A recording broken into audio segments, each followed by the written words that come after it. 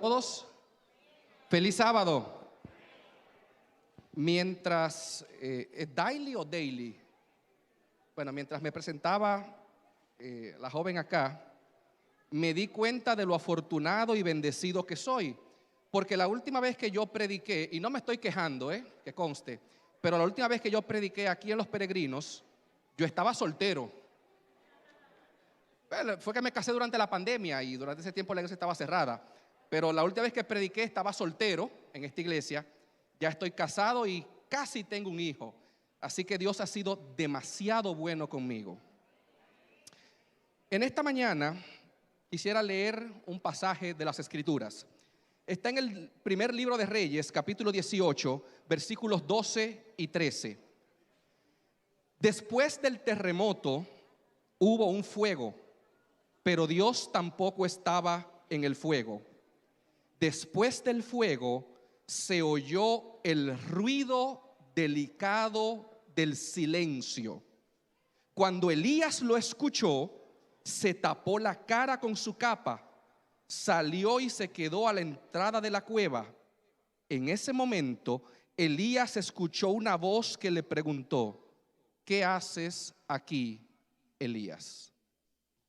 Padre, al abrir tu palabra pedimos que abras nuestra mente y que nos permitas encontrar en la Biblia a Cristo Jesús y tener un encuentro personal hoy con Él.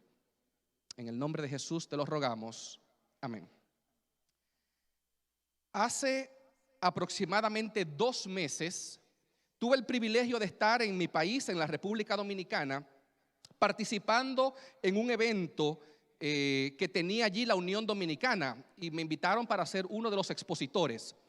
Al momento del almuerzo nos llevaron a un grupo de personas a un salón donde íbamos a participar de los alimentos, y ahí me encontré con Salime, una joven con la que yo crecí y que tenía muchos años que no veía.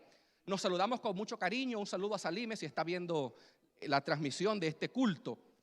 Y nos sentamos juntos para ponernos al día. El hermano de ella es pastor, así que le pregunté por su hermano. Estaban ahí sus padres también, un pastor muy reconocido de República Dominicana, el pastor Saulo Vizcaíno. Y estábamos allí conversando, poniéndonos al día, y cómo está la vida, y cómo está el trabajo, qué estás haciendo. Y en un momento de la comida, ella me pregunta: Jorge, ¿ya tú escalaste el Pico Duarte? Le dije: no, tú estás loca. Son más de 2,000 metros de altura. Yo nunca he estado por esa zona. Le dije: a duras penas subí los 27 charcos de Damajagua, una montañita chiquitita que hay cerca de mi ciudad, cuando yo era conquistador, que tenía 12 años. Y ella empezó a animarme: tienes que tener la experiencia. Vamos siempre en enero, que está fresco, y se toma 3 días para subir y 2 días para bajar, y acampamos allá y disfrutamos. Es una experiencia hermosa. Yo le pregunté: Salime, ¿tú sabes contar? Dijo: sí. No cuentes conmigo. Mírame la barriga. No, ya yo no estoy en las condiciones físicas, ya esa fue una etapa pasada de mi vida cuando tenía 18, 19 años en los clubes. Y por más que intentó convencerme, le dije: no, yo no creo que yo vaya a dar ese viaje, y no voy a tener la crueldad de pagar para que un burro me cargue hasta allá arriba, tampoco. Así que por favor, no.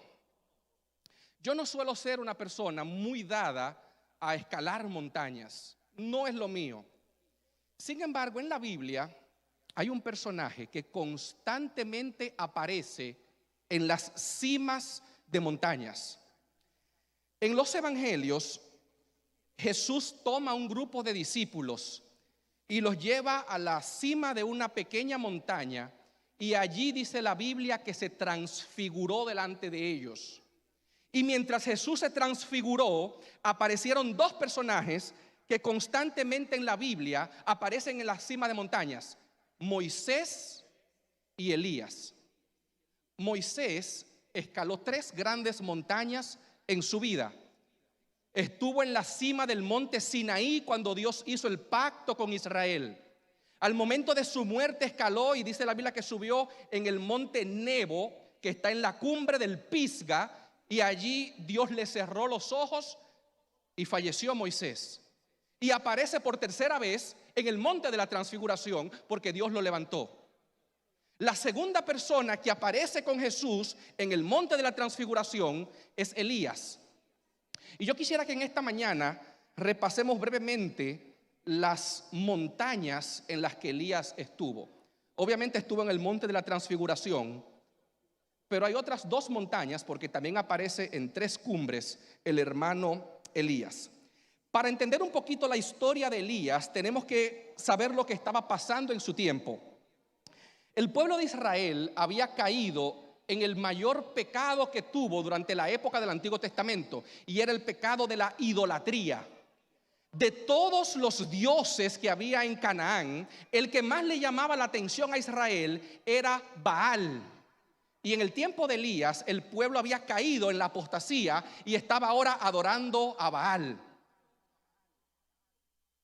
El culto divino del sábado por la mañana de Israel parecía un sepelio, parecía un velorio, al lado de las danzas y la prostitución sagrada que se celebraba en los cultos eufóricos de Baal. La gente que adoraba a Baal sabía cómo amar al prójimo como a uno mismo. Eran tremendas orgías.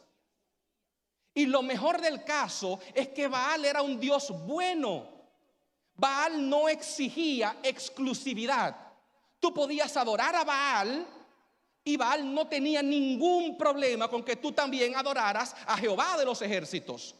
De hecho, había todo un panteón de dioses en Canaán: Baal, Moloc, Acera, Astarte. Y tú podías crear tu propia mezcla, tu propio playlist, si me lo permiten los modernos, de dioses a los que tú adoras. Y tú ponías y quitabas dioses según te gustaba, y no había ningún problema. Nadie se iba a quejar de que tú tuvieras tu propia lista personalizada de dioses.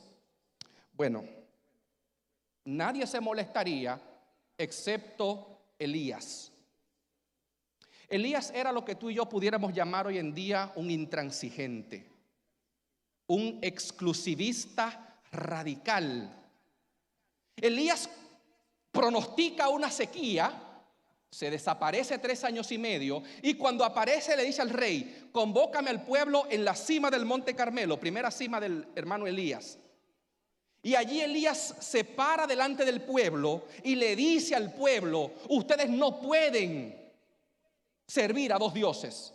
¿Hasta cuándo? Dice primero el libro de Reyes, capítulo 18, versículo 21. ¿Hasta cuándo claudicaréis vosotros entre dos pensamientos? Si Jehová es Dios, seguidle, y si es Baal, id en pos de él. En la mente de Elías, el pueblo no podía tener dos dioses. Los profetas de Baal no tenían ningún problema. Todos los que tú quieras, somos tolerantes, somos inclusivos, pero Elías no. Elías dice: decidan, o Jehová o Baal. Y allí en la cima del monte Carmelo, Elías propone un desafío. Vamos a ver cuál es el Dios que responde con fuego. Es interesante porque había 3 posibilidades en aquel encuentro.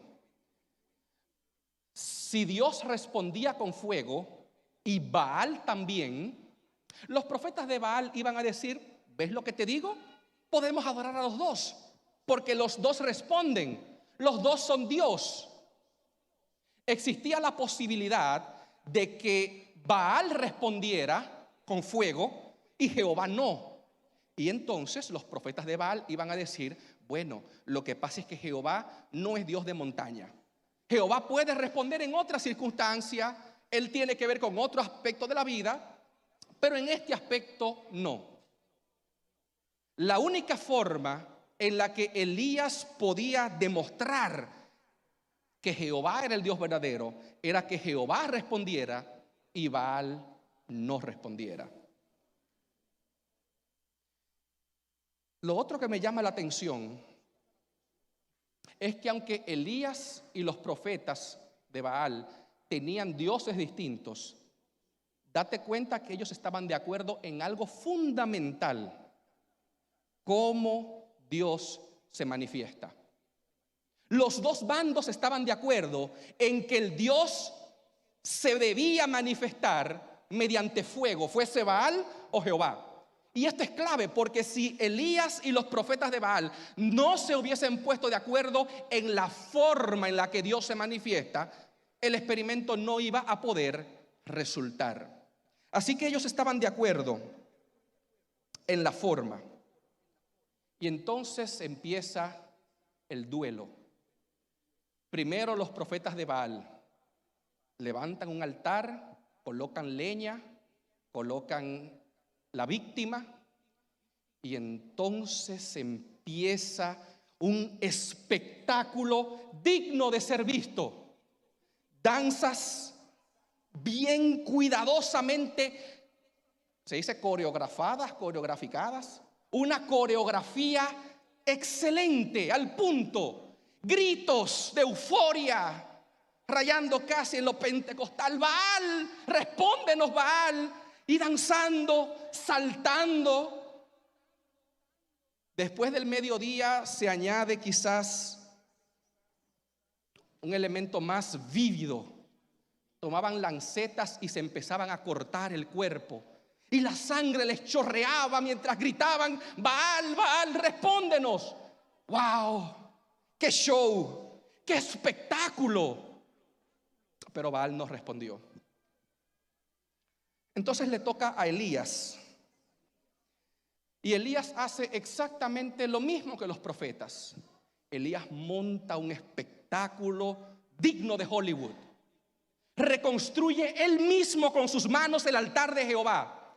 Coloca la leña, coloca la víctima. Toma me imagino que una pala, y excava una zanja alrededor del altar. Tráiganme 4 cántaros de agua. Pero Elías, estamos en sequía. 3 años que no llueve, consíganme agua. 4 cántaros. Y los echa sobre el altar y corre el agua. 4 más y traen 4 más. 4 más y traen 4 más. 12 cántaros de agua, cargando el agua desde el río más cercano hasta la cumbre de la montaña. Y el agua baña el sacrificio, la leña, las piedras. Y entonces Elías ora: Señor, respóndeme, para que el pueblo sepa que tú eres Dios. Y en ese momento dice la Biblia que cae fuego del cielo, una mini explosión atómica que consume el sacrificio, consume la leña, consume las piedras, el polvo, y dice que hasta lame las aguas. Y ante ese espectáculo, el pueblo cae de rodillas y dice: Jehová es Dios, Jehová es Dios. Pero ¿qué logró realmente el fuego ese día? Sí, el pueblo reconoció que Jehová era Dios, pero poco tiempo después volvió a la idolatría. Los profetas de Baal no se arrepintieron. Bueno, vamos a ser justos, Elías no les dio tiempo a arrepentirse, los mató el mismo día. El rey Acab tampoco se arrepintió. La reina Jezabel, al otro día, al escuchar lo que había pasado, renovó su compromiso de servir a Baal. Y el pobre Elías, ¿qué pasó con Elías? Bueno, para entender lo que pasó con Elías hay que leer el capítulo 19 del primer libro de Reyes. Al otro día Jezabel le manda un mensajito de texto a Elías: que mañana los dioses me hagan lo mismo que tú le hiciste a mis profetas, si yo no te mato. Elías se levanta, teme por su vida, y como dicen en República Dominicana, espanta la mula. Huye y empieza a viajar hacia el sur. Llega a Berseba, deja allí a su criado y se mete al desierto, 24 horas de camino. Se detiene debajo de un enebro, de un árbol. Desea la muerte.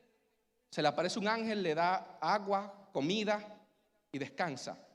El ángel lo despierta, agua, comida y descansa. Y luego Elías viaja 40 días hasta llegar al monte de Dios. Cuando Elías llega al monte, Dios le hace una pregunta. Dios le pregunta: Elías, ¿qué tú haces aquí? Y esta pregunta es muy importante, porque en la Biblia, en el Antiguo Testamento, el idioma de la Biblia, el hebreo, tiene muchos acentos, más de 22 acentos. Y a menudo el texto en la Biblia le ponen acentos para marcar cuál es la palabra principal, cuál es el centro de la oración, cuál es la idea más importante. Y cuando Dios le hace la pregunta a Elías, ¿qué haces aquí?, hay un acento en la palabra aquí. Dios no le está preguntando a Elías, ¿qué haces aquí en la vida?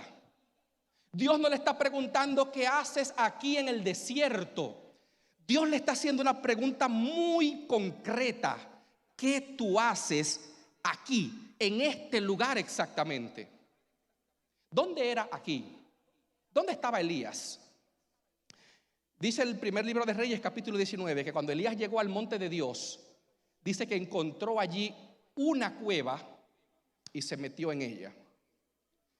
En español, tú y yo tenemos dos tipos de artículo. El artículo indefinido y el artículo definido. El artículo indefinido es un, una, unos, unas. Cuando yo te digo a ti una casa, ¿cuál casa es? Cualquier casa. No estoy definiendo. Ahora, cuando yo te digo a ti, vamos para la casa, yo doy por sentado que tú sabes cuál es la casa. Es una casa en particular. No es lo mismo decir, hoy predicó un pastor en la iglesia, ese soy yo. Ahora, cuando el pastor, es Ruber, es el pastor de la iglesia, definido. En el texto hebreo, la palabra cueva tiene un artículo definido. Elías no llegó al monte y entró en una cueva. Elías entró en la cueva. ¿Cuál cueva? ¿Por qué se supone que yo debo saber cuál es la cueva en el monte de Dios en la que Elías está? Bueno, es muy posible que Elías haya entrado en la misma cueva donde 500 años atrás Moisés estuvo cuando le pidió al Señor, muéstrame tu gloria. El fuego del monte Carmelo había perdido su efecto y Elías viajó 200 kilómetros para llegar a ese lugar en particular, para repetir, para revivir la experiencia de Moisés. ¿Cuál experiencia? Ver la gloria de Dios. El pasaje está lleno de similitudes. Moisés duró ¿cuántos días en el monte? 40. ¿Qué tiempo le tomó a Elías llegar al monte? 40 días. Es el mismo monte, el monte Horeb. Se menciona una cueva. Cuando Elías llega a la cueva, el Señor le dice, sal de la cueva. Y en ese momento dice el versículo 9 que Dios estaba pasando. Cuando Moisés le pide al Señor, muéstrame tu gloria, dice que Moisés estaba en la cueva y el Señor pasaba por ahí. La misma palabra, Dios pasa por ese lugar. Cuando Moisés estuvo en el monte Sinaí, había fuego. Cuando Elías está en el monte, hay fuego. Cuando Moisés estaba en el monte, había sonido. Éxodo 19 dice que hay una bocina que subía y se incrementaba en sonido. Cuando Elías estuvo, había un viento fuerte que partía las montañas. Cuando Moisés estaba allí, el monte entero temblaba, dice Éxodo 19. Cuando Elías estuvo en la cueva, había un terremoto. La única diferencia, pequeña diferencia, casi insignificante dirían ustedes, es que en Éxodo Dios habla con el trueno, Dios se siente en el terremoto, Dios habla desde el fuego. Pero cuando llegamos al primer libro de Reyes, capítulo 19, la Biblia es muy clara en decirnos que Dios no estaba ni en el viento, ni en el terremoto, ni en el fuego. Elías va esperando ver un espectáculo y cuando llega Dios le da un espectáculo. ¿Tú quieres fuego? Toma fuego. ¿Quieres terremoto? Toma terremoto. ¿Quieres viento? Toma viento. Pero Elías se da cuenta que Dios no está en el espectáculo. ¿Sabes dónde estaba Dios?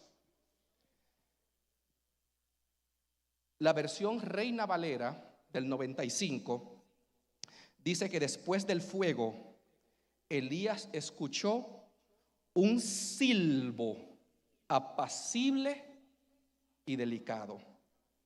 La Nueva Versión Internacional dice que se escuchó un suave murmullo. Y la versión que yo escogí para leer al principio, se llama Traducción en Lenguaje Actual, dice que Elías escuchó el ruido delicado del silencio.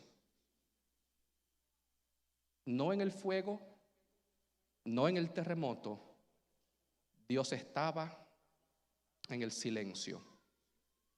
Y yo quisiera rapidito compartir contigo 4 lecciones al comparar las experiencias de Elías en el Monte Carmelo y en el Monte Horeb.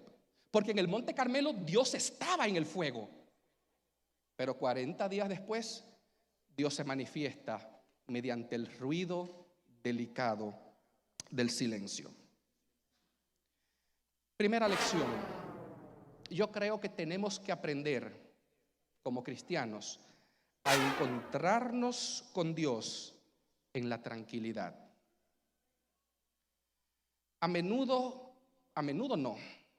El mundo en el que tú y yo vivimos es un mundo que no se detiene. Una imagen tras la otra, una publicación tras la otra, un estímulo visual tras el otro.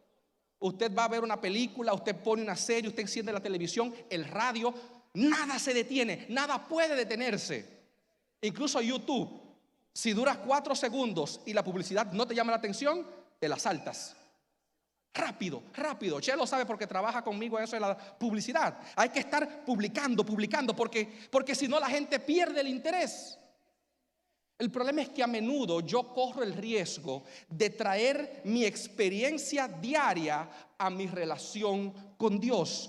Y como cristianos a veces sentimos que siempre hay que estar en movimiento, siempre hay que estar haciendo algo, hay que estar afanando, hay que estar moviéndonos, cantando, testificando, buscando, sirviendo. Los pastores caemos en ese error también. Siempre hay que estar dirigiendo algo, hablando con alguien, aconsejando a alguien, formando una junta para algo, una comisión para aquello, haciendo un reporte.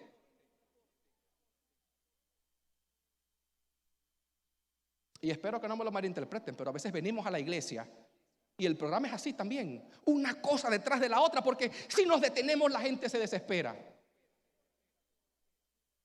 Pero a veces, al igual que Elías, yo necesito, porque Elías en el Monte Carmelo se comportó como me porto yo todos los días.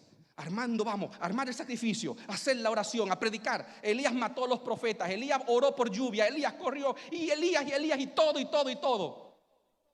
Pero a veces yo también necesito aprender a encontrarme con Dios, no mediante las actividades incesantes, sino mediante el ruido delicado del silencio.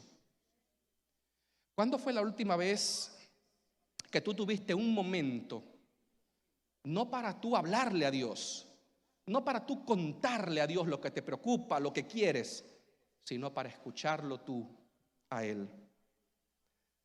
A veces necesitamos retirarnos un poco y escuchar a Dios en silencio. En segundo lugar, yo aprendí que necesitamos aprender a encontrar a Dios en lo ordinario. En el Monte Carmelo, Dios se reveló a través de lo extraordinario. Y es muy bueno ver un milagro, es muy bueno experimentar ese sacudión, ese choque que a veces nos da lo extraordinario. El problema es que si mi vida dependiera de lo sobrenatural, Dios tuviera que darme un milagro a diario. Y la cosa no funciona así.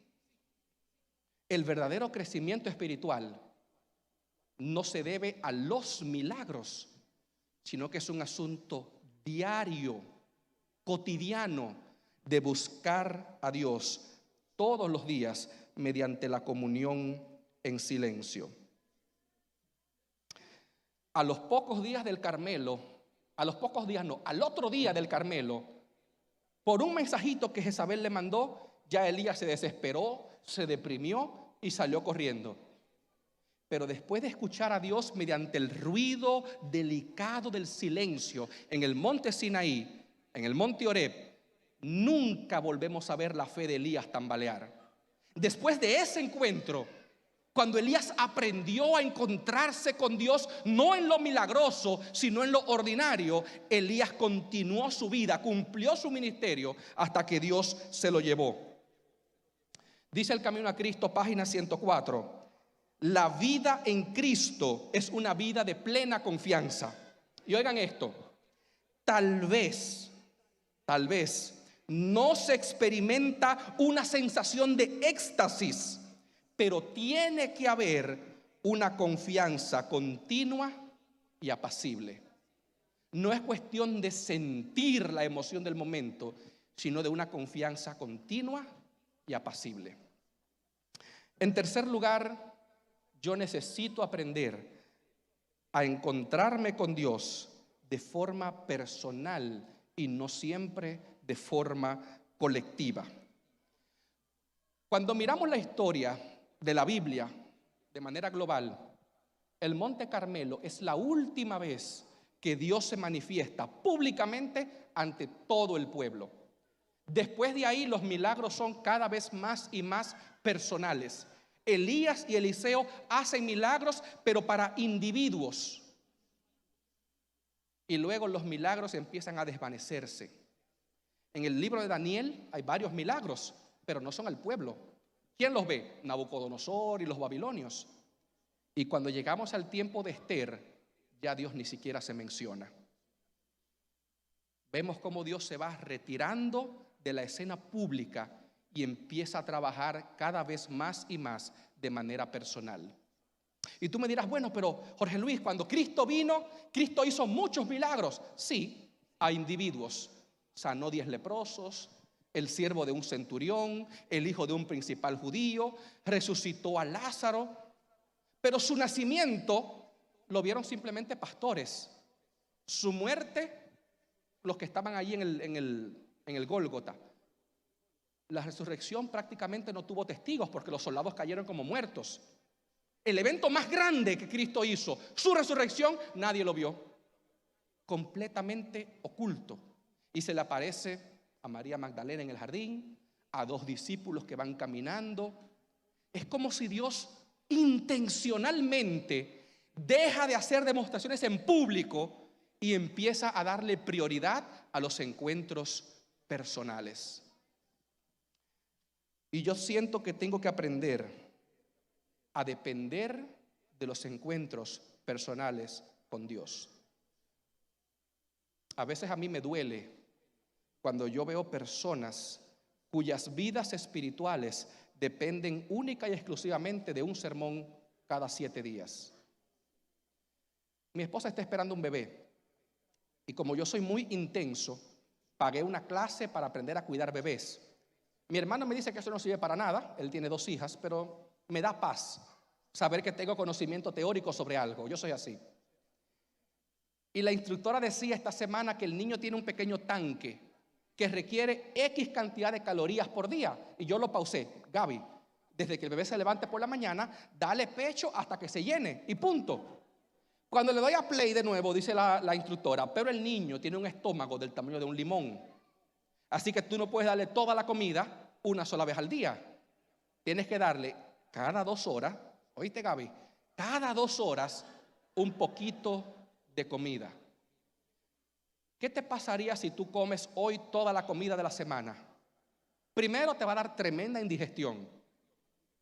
Y segundo, mañana vas a tener hambre igualito. Mi vida espiritual no debe depender de una comida una vez a la semana. Es un asunto diario con Dios. Cuarta y última lección. Yo necesito aprender a encontrarme con Dios de nuevas formas y en nuevos lugares. Cuando Elías fue al monte Horeb, cometió el grave error de querer revivir el pasado. Bueno, es que hace 500 años Dios se manifestó aquí en Sinaí de esta manera. Pero cuando Elías va, ya Dios no se manifiesta de la misma manera. Bueno, pero es que Dios a Moisés se le manifestó de esa manera. Tú no eres Moisés, tú eres Elías. Y a veces cometemos el error con muchas buenas intenciones de que yo creo que tu experiencia con Dios tiene que ser exactamente la misma que la mía. Y en el Camino a Cristo, página 149, dice la señora White: las relaciones entre Dios y cada persona son tan especiales y únicas como si no hubiera habido otra de la que ocuparse, ni por la cual haber entregado a su Hijo amado. Yo tengo que entender que mi relación personal con Dios es personal y puede ser muy diferente a la tuya y a la que tuvieron mis padres hace 40 años y mis abuelos hace 60 años. Termino con esta historia. En el año 1801, un joven compositor alemán llamado Ludwig van Beethoven empezó a quejarse porque cada vez escuchaba menos. Él escribió: cuando estoy ensayando, ya no puedo escuchar las notas más altas de los instrumentos y no puedo escuchar bien a los cantantes, a los solistas. Con el tiempo su sordera fue aumentando, al punto que para poder escuchar golpeaba tan duro el piano que a menudo lo dejaba inservible después de tocar en él. A los 45 años de edad, 15 años después, Beethoven había quedado completamente sordo. Quiso suicidarse, pero no lo hizo porque no era moralmente recto. No obstante, los expertos en música dicen que después de haber empezado a perder el oído, Beethoven hizo o compuso sus mejores piezas, sus mejores melodías, incluyendo, ayer andaba con el teléfono ahí en el oído escuchándola, la novena sinfonía, que prácticamente redefinió la música clásica. Y entonces los expertos dicen: la creatividad de Beethoven iba aumentando inversamente proporcional a su pérdida del oído. O sea, mientras más sordo se quedaba, más creativo y más original era. Parece que la sordera liberó a Beethoven, y al dejar de escuchar la sociedad que lo rodeaba, pudo escucharse a sí mismo y componer sus mejores obras. Cada día que pasa está lleno de ruidos, sonidos que intentan a veces opacar la suave voz de Dios hablándote a ti y hablándome a mí.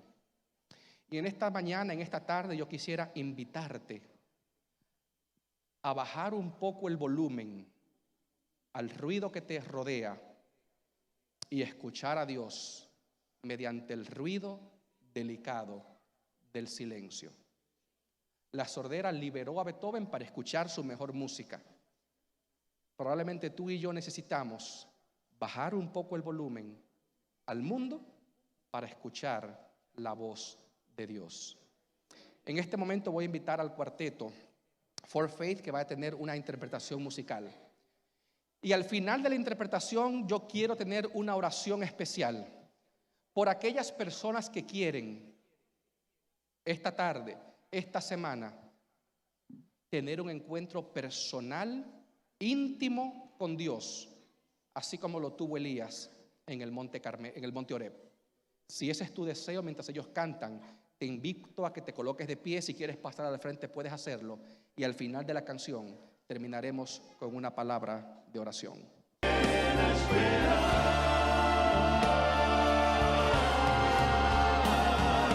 Confirma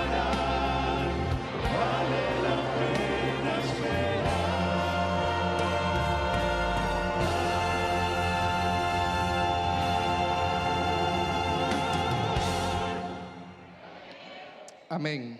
Vale la pena esperar a Dios. Oremos. Padre bueno que estás en el cielo, en esta hora estamos delante de ti.